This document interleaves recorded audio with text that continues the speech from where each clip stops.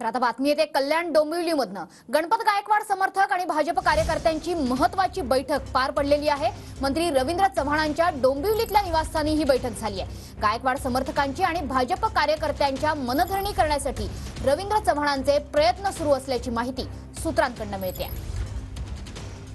तर कालच आपण बघितलं होतं की श्रीकांत शिंदे यांना कल्याणमधनं लोकसभा निवडणुकीकरता उमेदवारी जाहीर झाली।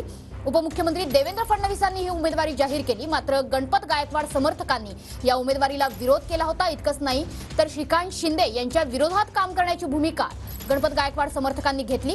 मात्र आता गणपत गायकवाड समर्थकांच्या मनधरणीचे प्रयत्न सुरू झालेले आहेत। मंत्री रवींद्र चव्हाण हे त्याकरता स्वतः प्रयत्न करतायत आणि म्हणूनच रवींद्र चव्हाणांच्या घरी डोंबिवलीतल्या निवासस्थानी एक बैठक सुद्धा पार पडलेली आहे।